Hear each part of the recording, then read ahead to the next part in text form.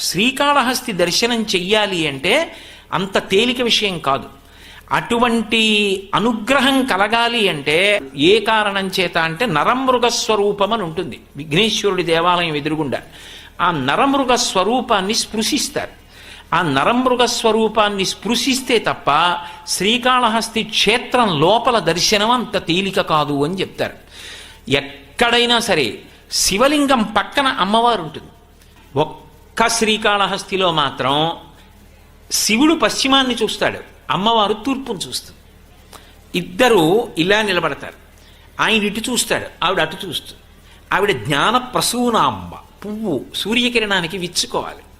ఆవిడ నడుముకి పెట్టినటువంటి వడ్డాణం సర్పవడ్డాణం. ఆ సర్ప వడ్డాణం చూస్తే చాలు రాహుకేతు గ్రహాలు ఉపశాంతిస్తాయంటారు. అంత శక్తివంతం జ్ఞానప్రసూనాంబ. Download ShareChat.